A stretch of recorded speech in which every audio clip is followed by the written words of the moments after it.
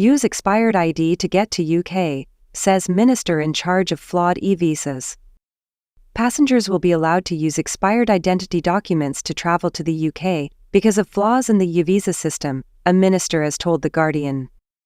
Seema Malhotra, the Migration and Citizenship Minister, said the government had postponed a planned full shift to the new digital immigration system amid real fear of another Windrush-style scandal among minority communities.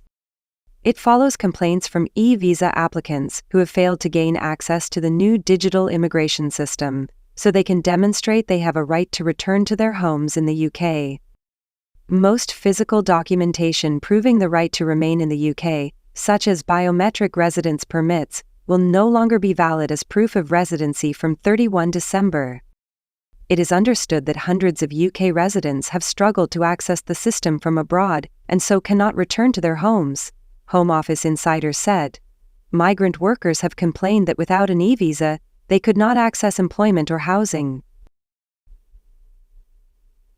Malhotra said, "I have heard a range of concerns, including that the move to eVisas might negatively impact the vulnerable and elderly, leaving them unable to demonstrate their rights.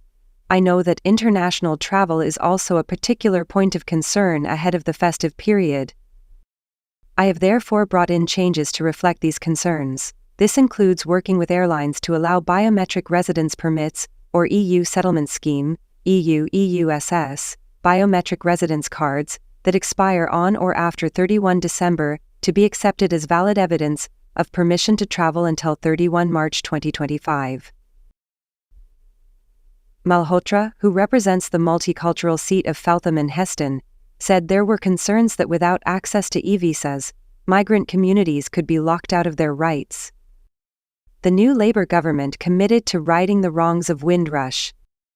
Malhotra said, "For migrant communities, there is the real fear of something going wrong with Home Office systems, and the ongoing impact when it does on every aspect of your life.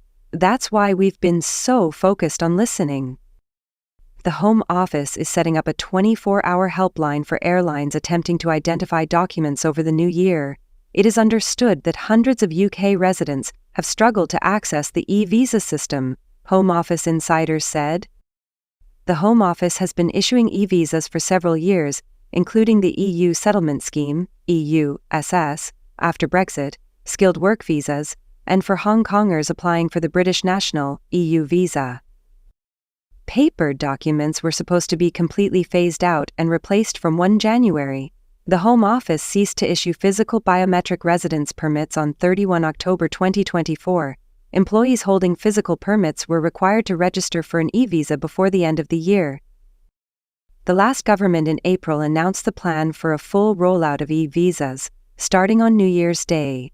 Tom Pursglove, the then Tory Minister for Legal Migration, said it would ensure firm control over who comes here to live, work or study, strengthening border security and preventing abuse of the immigration system. Malhotra said problems in the system were exacerbated by the plan to launch the rollout on New Year's Day, when so many people would be traveling and there's an international public holiday. "I still find it staggering that the Tories chose 1 January to roll out the biggest change to immigration documents for a generation on an international public holiday, risking a cliff edge when hardly anyone is working," she said. Andrea Dumitreci, the chief executive of 3 Million, the largest grassroots group representing EU citizens in the UK, welcomed the development, but warned that there could still be travel chaos over the new year. The Home Office has a mammoth task ahead. To avoid travel chaos, they need to deliver an exceptionally well-organized and resourced communication campaign to get airlines to accept expired documents worldwide, she said. It cannot be left to people to convince carriers to let them travel. It's clear the current system is not fit for purpose.